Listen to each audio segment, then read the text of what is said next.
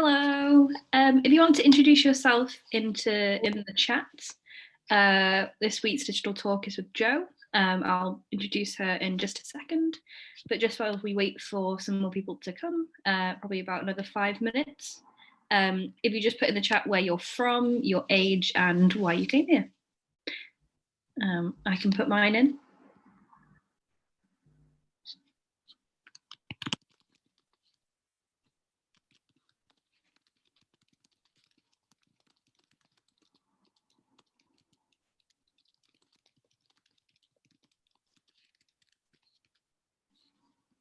That's mine.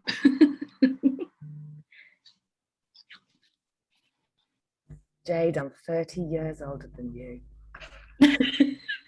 You don't look it. Well, it's quite weird age, you know, because, and now that I'm working with young people, I have to remind myself, because I don't really feel 52, but I have to keep on thinking, oh yeah, I've been around a while. When I start talking about culture and music and things, you know, I realise. So we've got Francesca from Romania, and she is 40 and she is curious.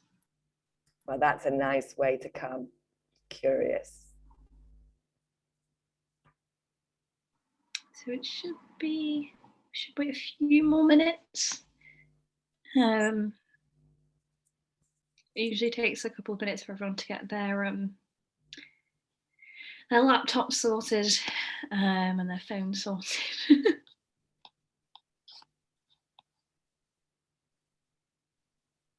Oh, Luke, you're 24.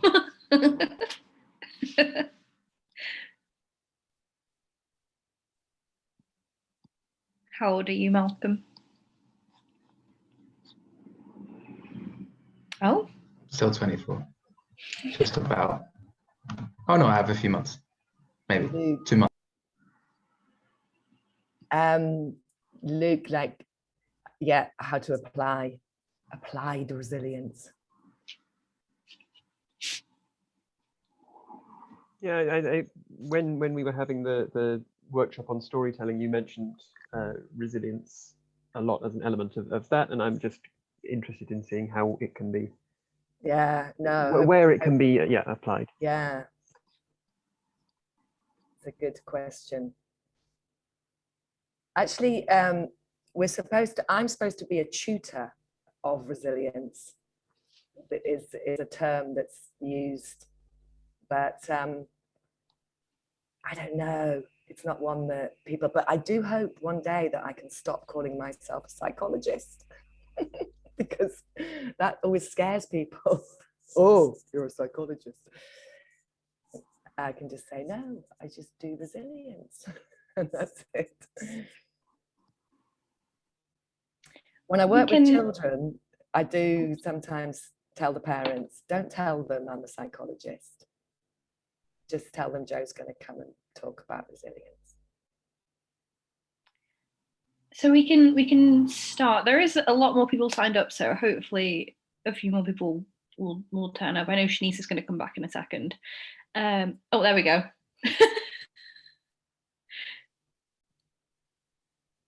Okay, someone popped up then. So Anastasia's joining.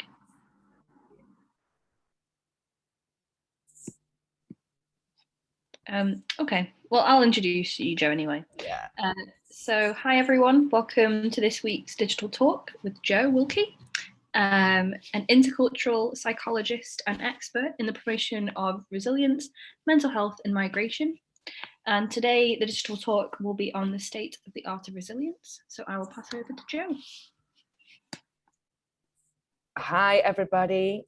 Well, I think today, what I want is for you to really go away with a better understanding of what resilience is and the essence and how to promote it in yourself and other people, really.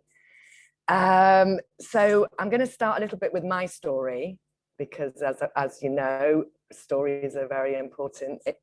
And then talk a little bit about what resilience means to you.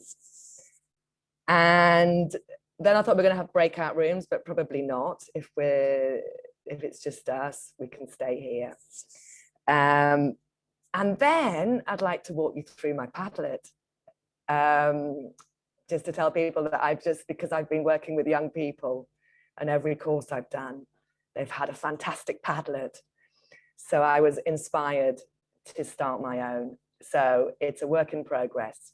And I'd love it if people could keep on adding, which is, I suppose, the idea with these new things. So who am I and how did I get into this? I'm British, Scottish, from the northeast of England, a little bit Viking, I think, in my identity. Also, my identity is being a migrant. I've lived in 6 countries. Have spoken 4 languages, and I don't think I've stopped. I don't think I'm in the place I'm going to spend the rest of my life. So my journey is going to continue. I suppose I would call myself an intercultural psychologist, as Jade said. I studied the promotion of resilience and mental health and migration. But actually, when I studied mental health and migration, I did my thesis on the resilience of refugees. So actually, where did I discover resilience? When we arrived here in Spain, in Barcelona, it was quite difficult because we had nobody to talk to about the recent experiences of being political exile. And then we got thrown out of a country in 2 weeks, and then we couldn't stay in my country. So we went to an organization called Exil, which is Catalan for exile. And because of that, they invited us to a conference, which was actually on torture. And as my husband's family, he's from a country where there was a genocide. So off we went to this conference. And I discovered that it wasn't really about torture, it was about resilience. And I realized that resilience was a psychosocial thing, and it was everywhere. And for me, professionally and personally, it was like a penny dropped, And I sort of cleared my desk and started afresh with a different sort of angle. But I kind of knew that I always knew it. And it was just something that was like, oh yeah, of course. And now, just about every meme on Instagram, about half of them are talking about, resilience. And I'm sure you can think of one just like that. I mean, keep calm and carry on. It is one that comes to mind, but there are so many. And at this conference, I just walked out the door and I went over and I picked up some, leaflets, and I saw this postgrad. And I asked the guy behind the desk, who does this and can I do it? And he says, well, I think it started, but the director is just there. So I was a week late. I signed up. My Spanish was learnt on the volcanoes of Guatemala with babies. And suddenly there I was writing psychology in Spanish. It was a fantastic course. And my teachers were from Latin America, from Chile, from Mexico, from France. I think did we have one from the UK? It was really international, and we were a really mixed bunch from different fields. And from then on, that's what I do, and that's how I approach all my work. And and I'd like you to think about it. So my first question to all of you, and I want you to take a minute to think about it, is what does resilience mean to you? To you. And you can say whatever you want. You can turn your camera off and have a time out if you want.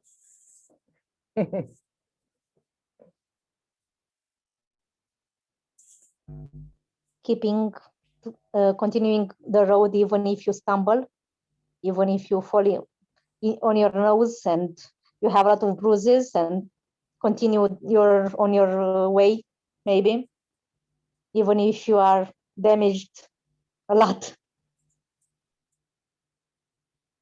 Yep, absolutely. That's a very strong metaphor used in resilience, of being on a road or falling and getting back up again.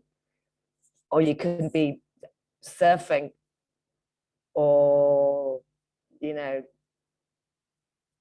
I mean, even the word resilience is a metaphor, really. And that was a nice metaphor. Francisca. I would say when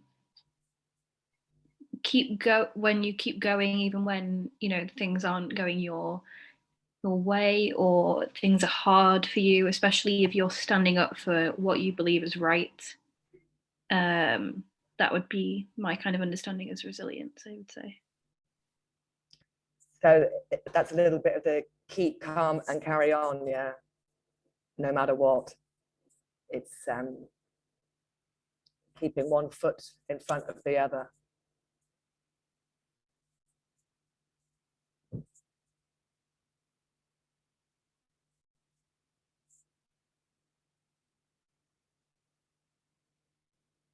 Anybody else?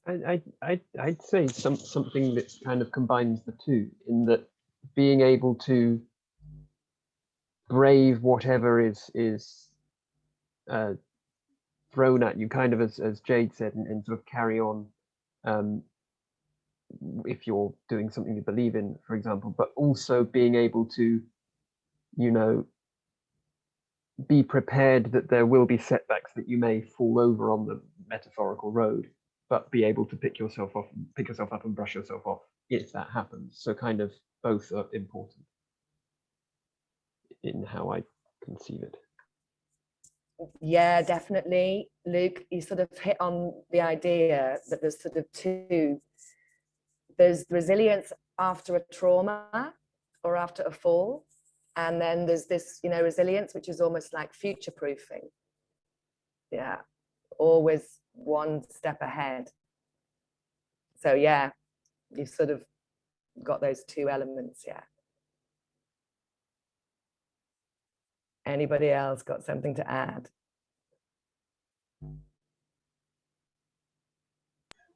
Yeah, I would say it's not just, it's sometimes resilience or self-knowledge or strength is kind of giving up and acknowledging that we can't do something, or that something is impossible to continue with. And that's very like, we're still what's the word, like we're still persevering with what is good for us. If we do that, we're still persevering with life, even if we didn't just have like endless resilience to continue on something that is like harming us. Yeah, that's one of the famous New Zealand you know, sort of resilience experts. You might have seen her, she went viral. I think it was 3 ways to be resilient. It's on YouTube.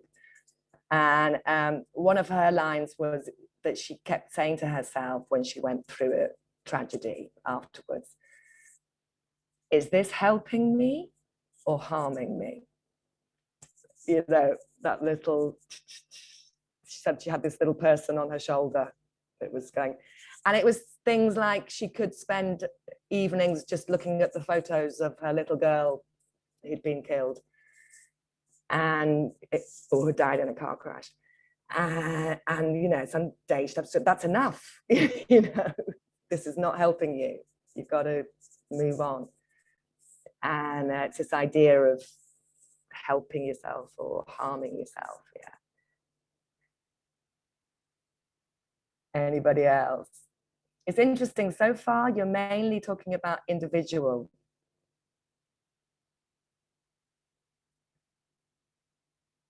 Which is a starting point. Yeah. Has anybody else got anything to add before we go and look at the Padlet?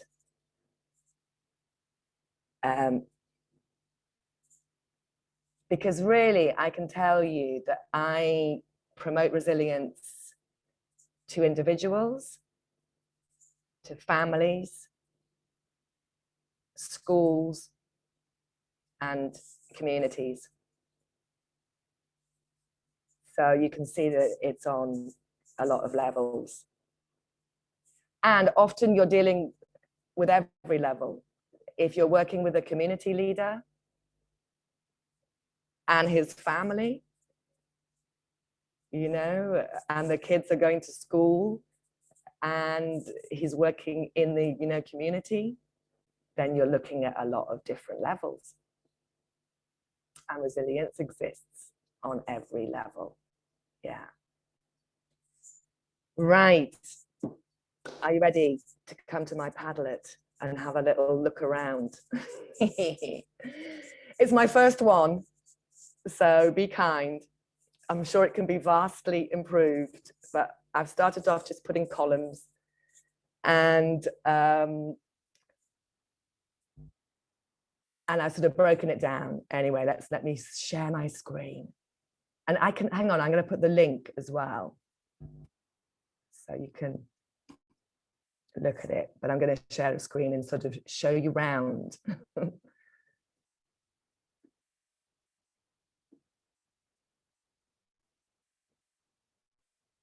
So, can you see my screen? Yep, yep. Yeah, I'm just going to make it a whole screen. So,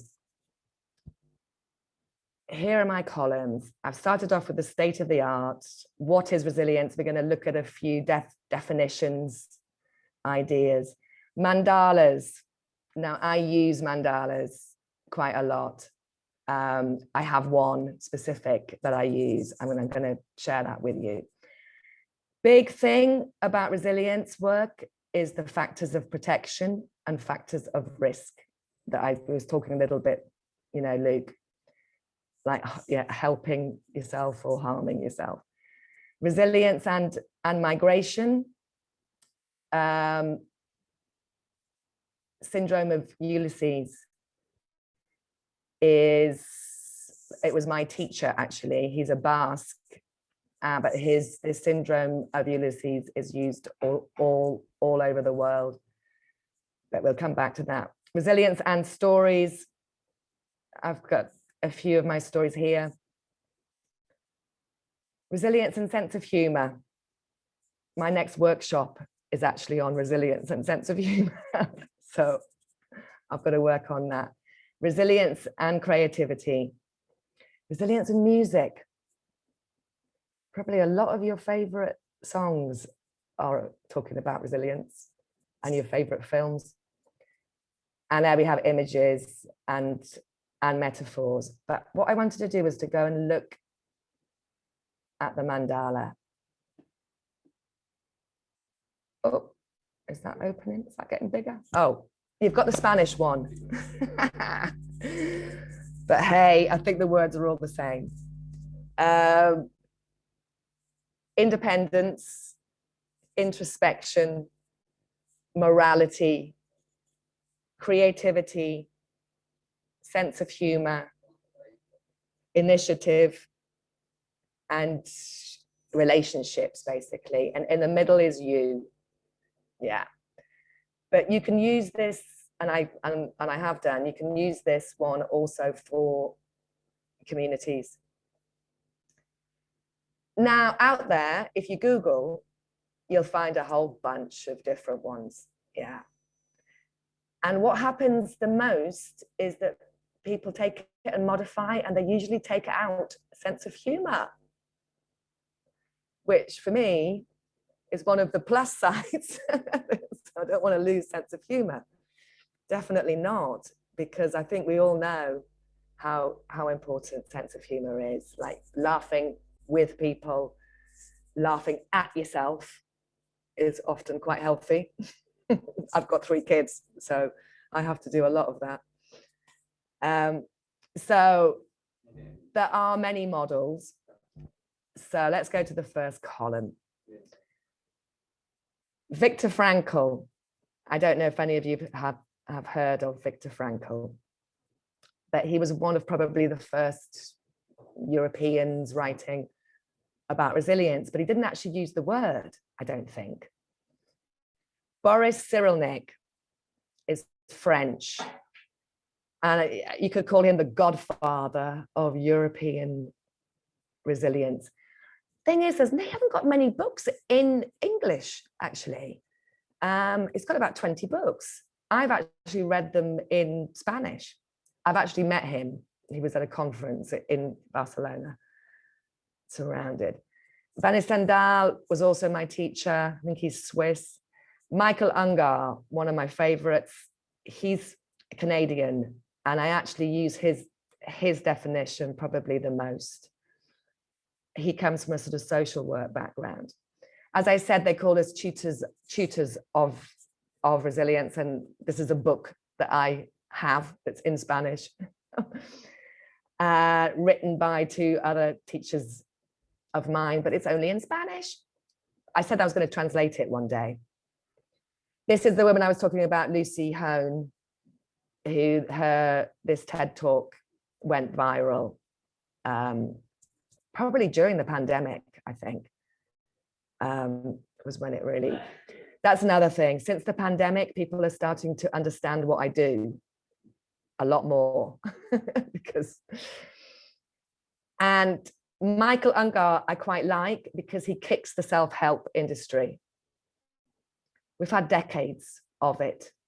It's made a lot of money.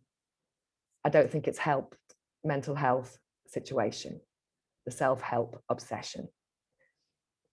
And Michael Ungar's book really kind of, and you know, because resilience is not just about your personal strength, it's about resources, accessing and navigating your way to resources.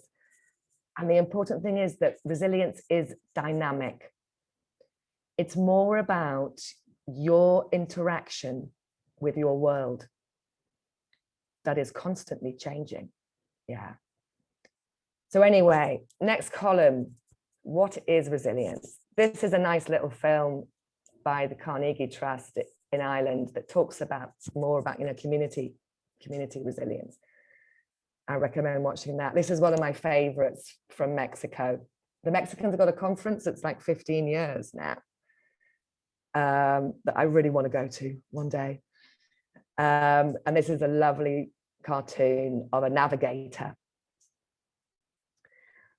Boing boing is in the UK. That's another metaphor that's very common. The bouncing forward, bouncing back, just bouncing. And boing boing is actually set up for schools and children. And they have a conference which is called the Resilience Revolution. I was supposed to speak at it in 2020, but it got postponed to 2022. So here are some definitions. Boris Cyrulnik.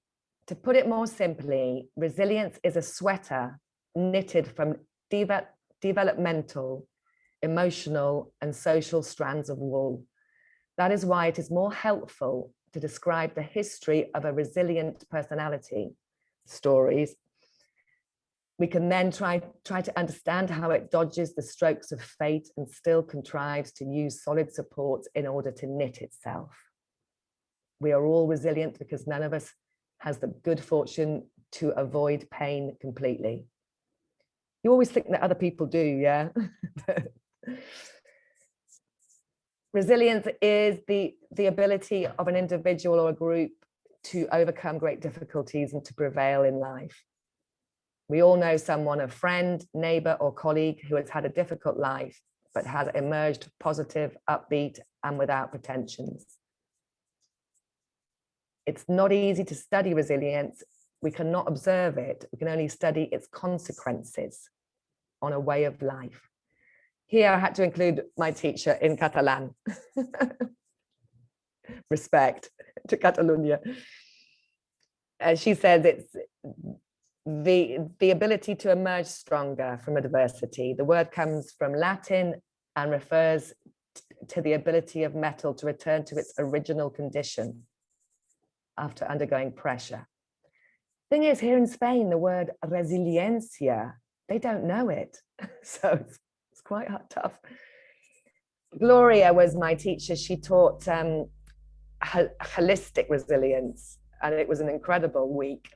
And she really talks about it being a dynamic process that allows individuals, groups, or communities to overcome adversity and be strengthened by it. And Margaret Wheatley, it's a capacity as old as our origins, otherwise we wouldn't be here. So, a few more, I'm not going to read any more definitions. Oh no, I will, I'll finish with Michael Ungar, because I think he is probably the most inclusive.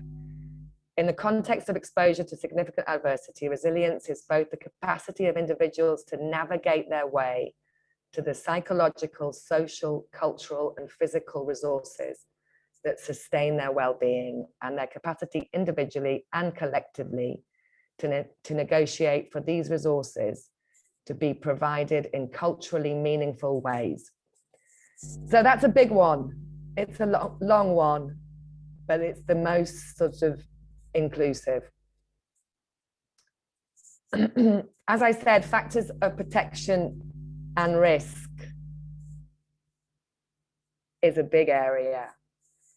And when I'm analyzing life stories, or basically I'm accompanying somebody, I need to know I need to know their life story. Yeah. And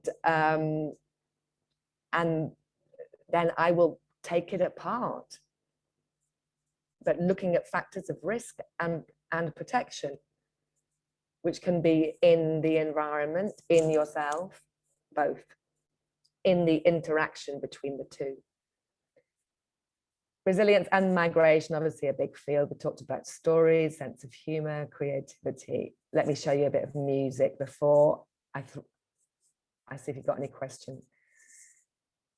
Aguante in Spanish really could be another word for resilience. And that was the music that we had off our balcony during the first lockdown with the neighbors. It kept us going. This is a classic one, Peter Gabriel and Kate Bush, Don't Give Up. Yeah. And which is based on a story from the US, you know, depression years, actually. I even put a bit of raving, because actually dance and rave culture was a big part of my own resilience. So I had to include that. Stormzy, getting up on stage, first black man to headline Glastonbury, wearing a knife-proof vest that's designed by Banksy. You know?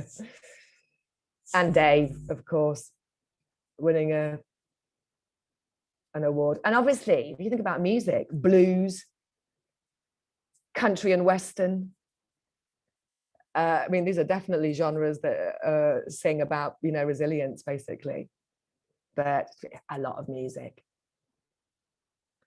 Right, I'm going to stop sharing, and I'm going to see if you've got any questions.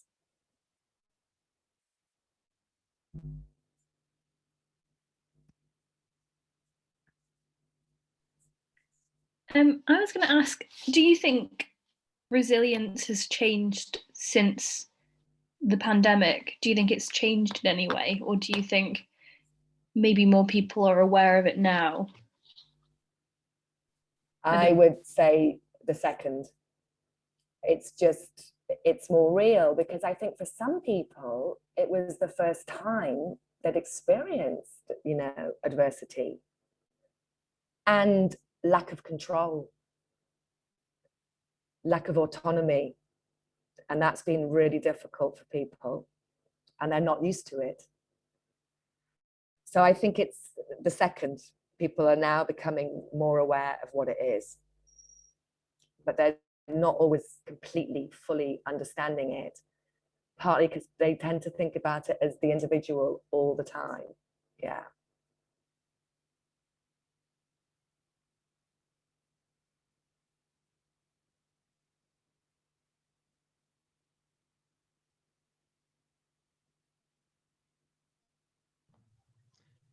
I wanted to ask about languages and like being in a different country. I mean, it could relate to resilience. So I've wrote the question: how does learning a language help us to understand mental health better, or to understand ourselves and the people around us better? But you could also consider, like, how does adapting to a new culture, adapting to a new language, how does that help with our capacity for resilience? Well, I would say, good question. And one that I've thought about a lot, because my life is completely intercultural. And I think when I did dialogue facilitation, online intercultural dialogue facilitation, I actually loved it, and I call it resilient communication. Yeah. And the model is intercultural collaboration, empathy, critical thinking, critical awareness, and then activation. Yeah. So I think anybody who's doing anything that's crossing an intercultural, boundary or barrier, whatever, it's got to be a good thing. Yeah. And actually, in resilience, connections are massive, because I learned it in Spanish. It was all vínculos. Is a big aspect. We are all connected to each other, to the natural world, and to ourselves. Yeah, which is the mindfulness, the introspection.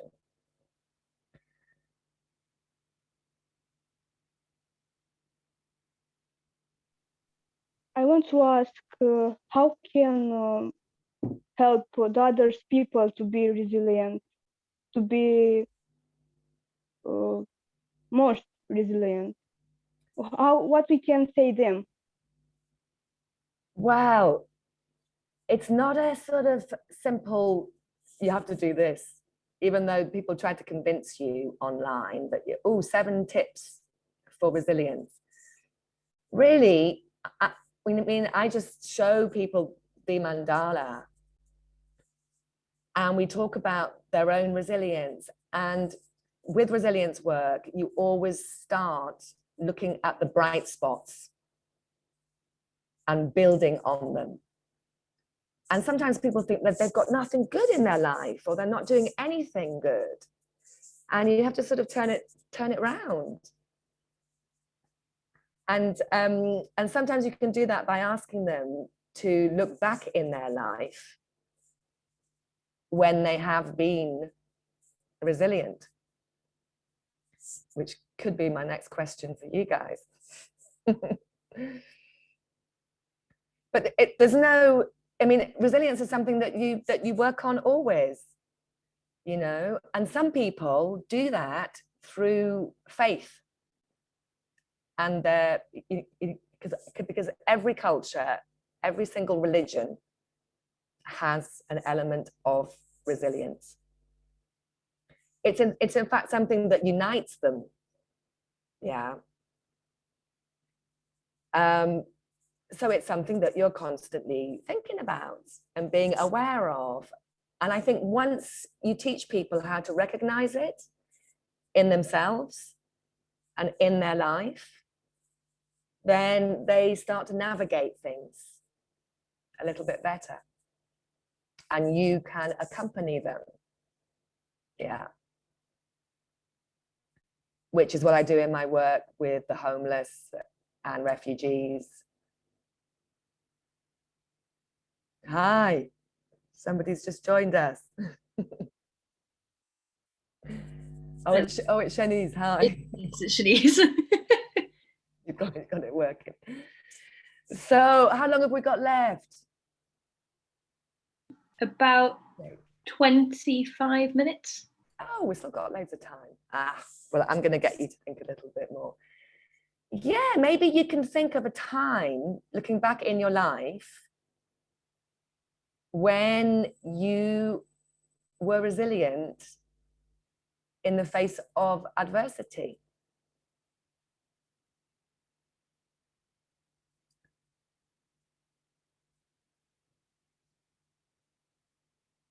Have a think. Doesn't have to be big, it could be, you know.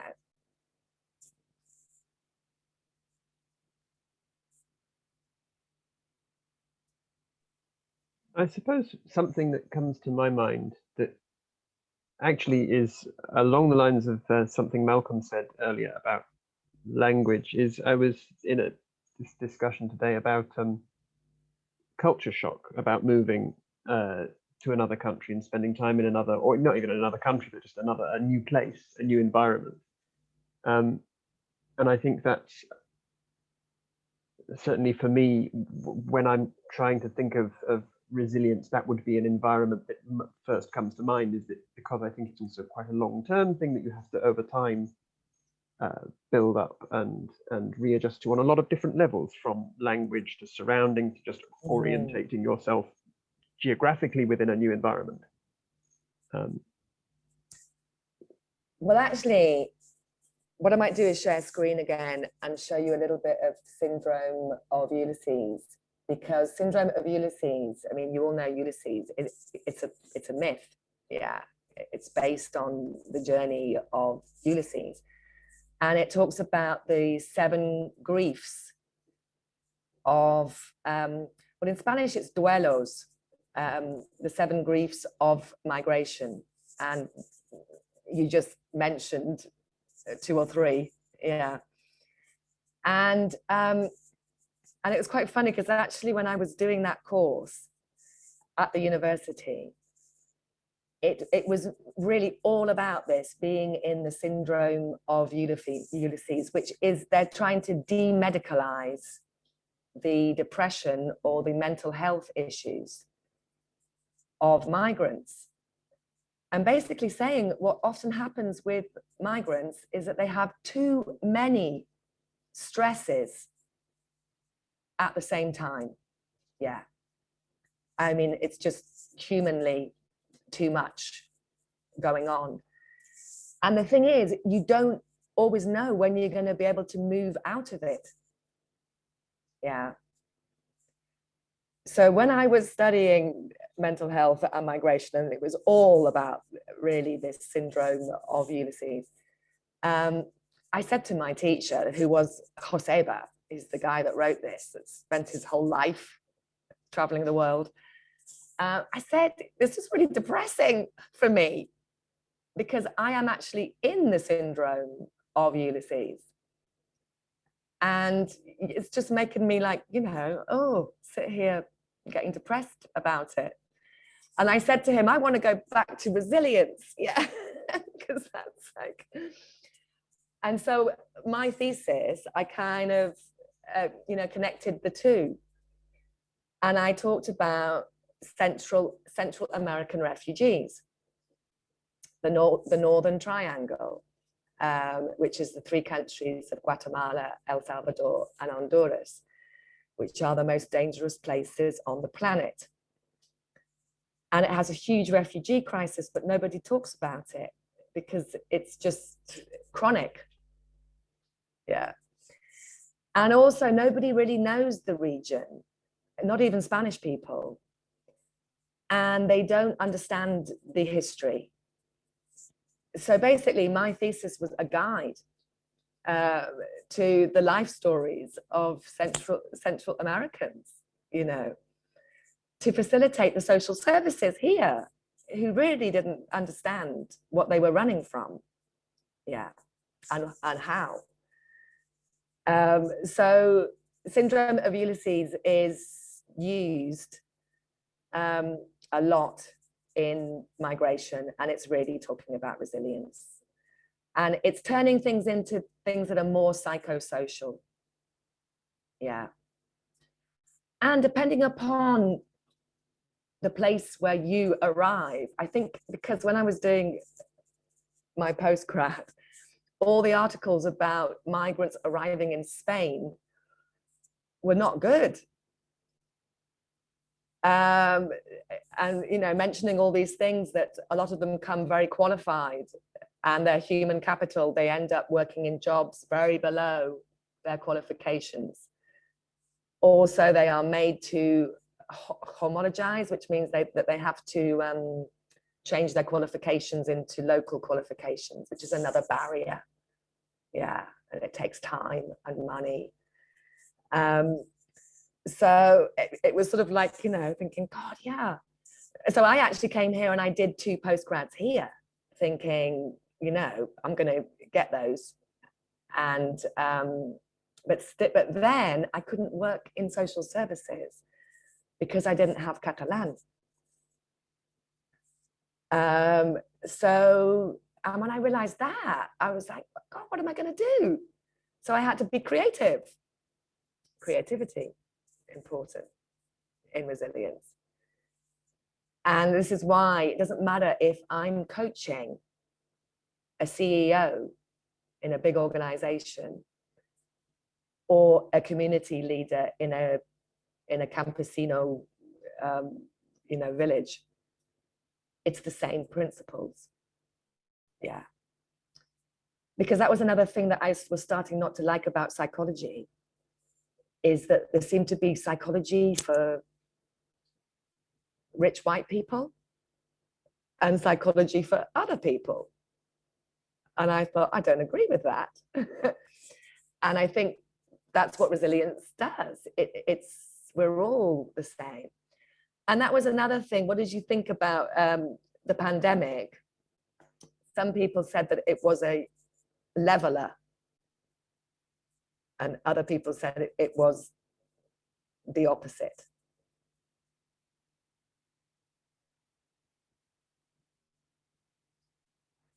Because I think the pandemic exposed a lot of socio-demographic, socio-economic issues.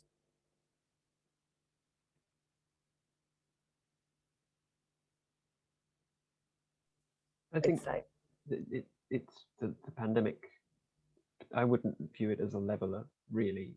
If you consider at one very base level that there were a great many people in jobs that had potentially, and roles that had potentially been considered,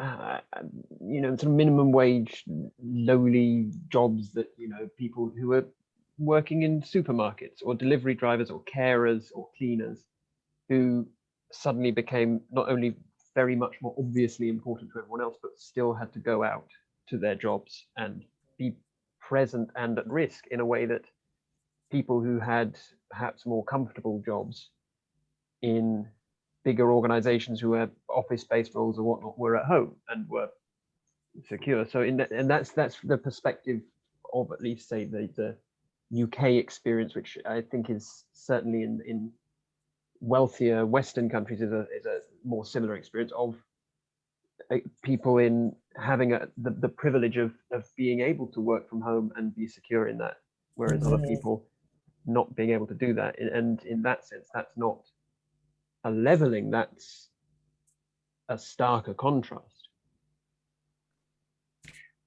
And I think you're right. I mean, in my house, we're both freelancers.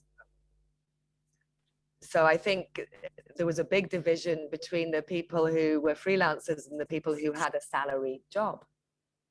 Yeah, because they just had to work from home. whereas the freelancers just lost their work, or quite a lot. The freelancers had to be even more creative. I mean, how do you all of you feel you've been resilient in this pandemic, for example? I mean, personally, I worked at Lidl when the pandemic first hit, and I think it would have been a bit easier. I think I'm in quite a privileged position in that I was a student and I could have gone home, but instead I stayed.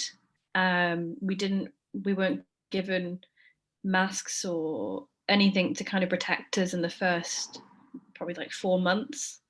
And even though I was definitely at risk, I also wanted to do my part in making sure that people in my university town had access to food and like a reasonable priced food as well.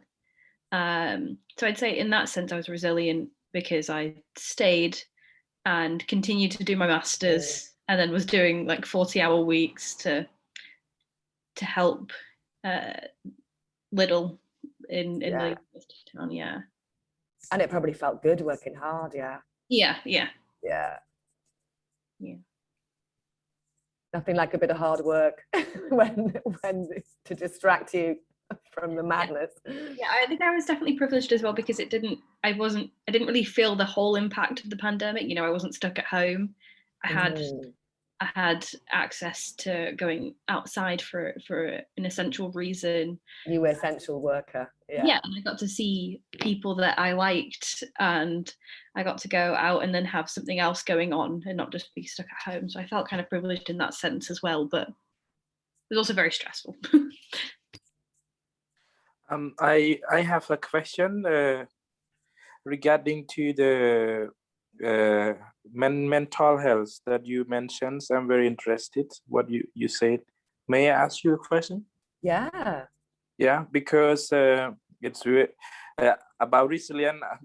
I tried to listen before, but I'm not quite understand well about what reason, but I'm interested in what you talk about the mental health, about what refugee and migrant, that is more of them are stress and something like that. And now it's a pandemic. It's been many people that got stress and depression due to the COVID-19, and 60% of people got stress. So if you could give some idea how to improve, for example, release stress or depression, if the people get like stress or depression, how to do it better? Yeah. Do you know the way to release the stress and depression? Yeah. Well, I think it depends on the person. But I think one of the most important things in the pandemic was trying to keep connected with people. I think a lot of people got lonely, really lonely. And I had quite a few of my friends lived alone, and they literally got locked down alone. I think that's been a big pressure. So literally I tell people, just try and connect with people no matter how. Keep connecting. Even if it's on Zoom or WhatsApp or whatever, don't fall into that spiral of loneliness. Okay. And I think that's been one. Also, I think what I work with on people is they have to let go of control, because we're in situations that we've got much less control, and that's quite hard. We can't see families, for example. I think that's been very stressful for a lot of people. Not being able to see older parents. I think there's a lot of grandparents and grandchildren in the world right now who are really missing each other. And also it's just, I think what I've told people is like, there's a sort of sense that we're all in this together, even though, as Luke says, it's not a complete leveler. and it has exposed. But I think there's a certain level where we've just got to accept things, yeah? And that's quite difficult sometimes. I mean, I give my example. I got so frustrated. My mother, who is 80, she was having her 80th birthday. It was actually last September. And I was crazy trying to think of ways I could get to England.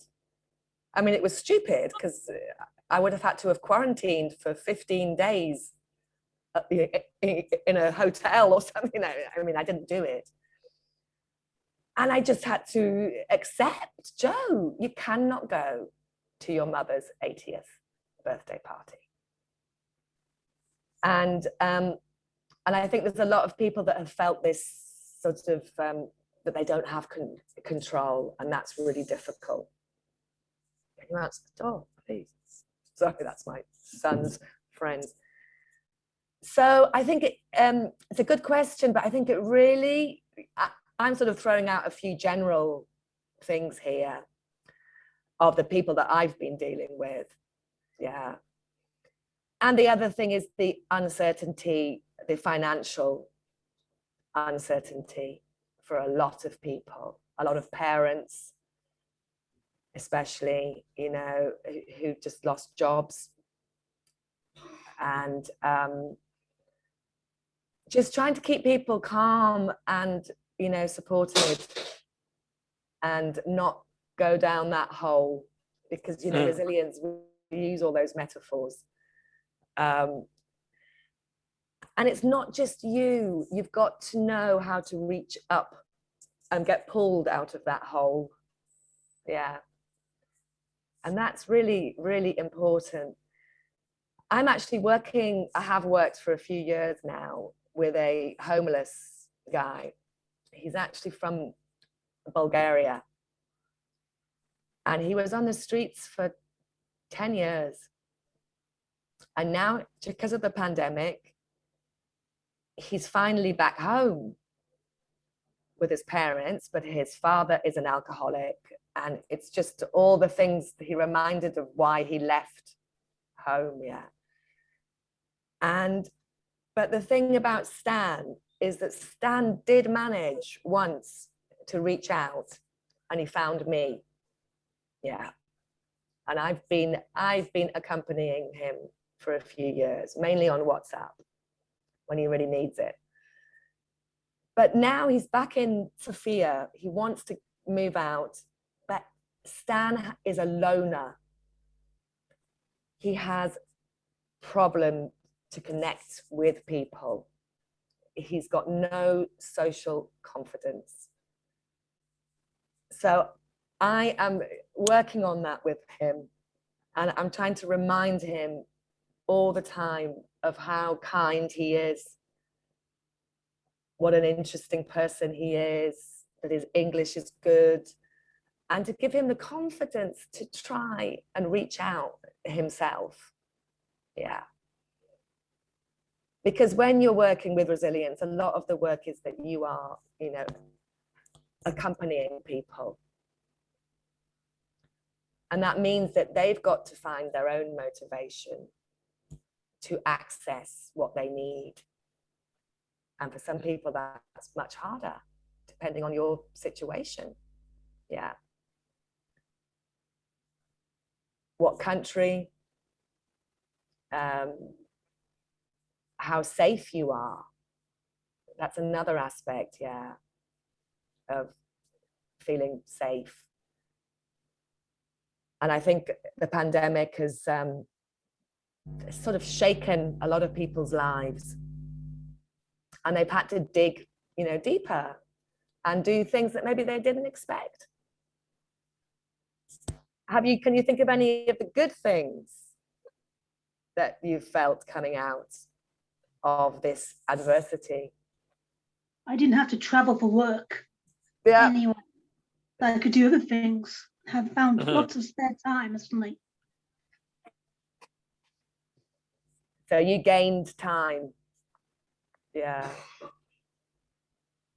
And how did you use that time, do you think? Thank you. like lots of people, I started growing vegetables. I did.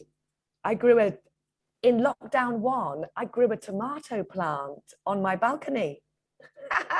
I called it my resilient tomato plant. I got 75 tomatoes. Oh, you got more than I did. I was quite impressed. I get a lot of sun, so I'm going to try this year. It's year 2. Anybody else have anything good that came out of the adversity?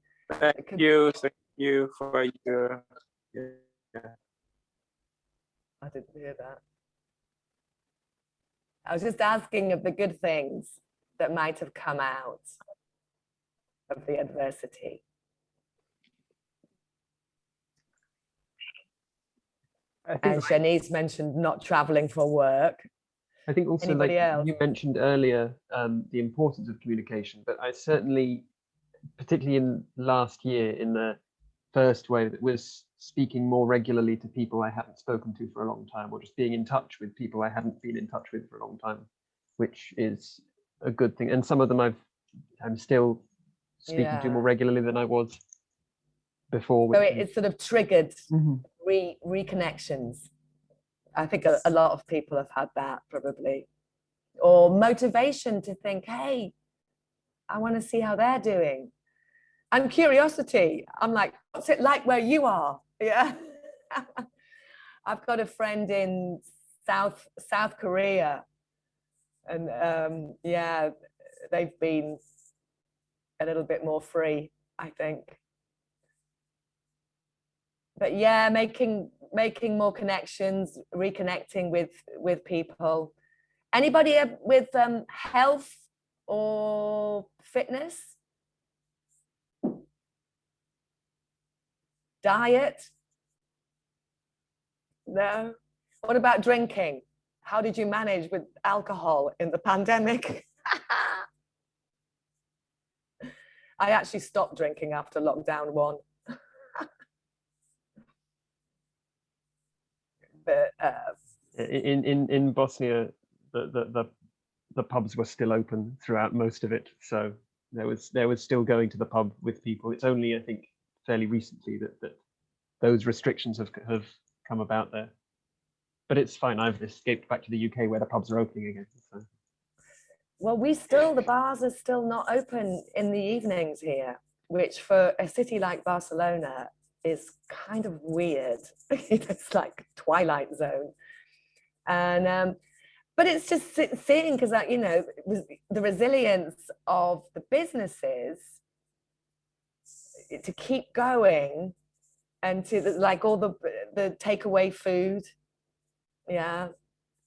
And what I've seen is I live in a neighborhood where there's a lot of young people, and there's no bars open, there's nothing, but they come to my plaza and they sit on the floor and they try to have a normal social life, no matter what.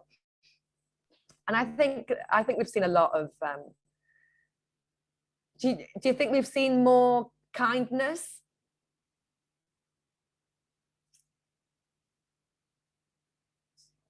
More empathy? I think we've seen some, but I think there's also been a lot of racism that's come from the pandemic, for sure. I was just going to say we have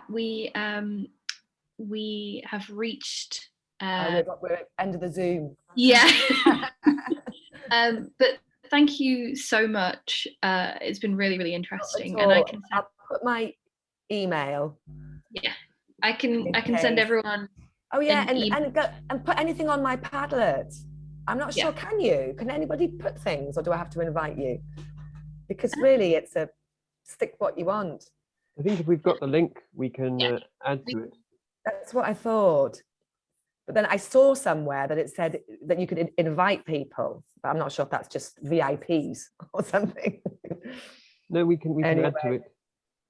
There's my email, and I do have a Facebook page that's called Creative Resilience, where I do post a few things, but I'm not a very good social media person.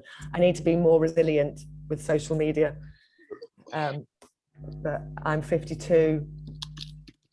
I keep on thinking my kids are going to help me, but they're not interested. I will send an email with all of the info. But yes, thank you very much. Okay, well, talk. thanks, guys. I hope you understand a little bit more that you know, resilience is a bigger thing. It's about you and your world. And this digital talk will be up on our YouTube channel within the next week or two. But yeah, and have a lovely evening. Thank you for having me. Bye.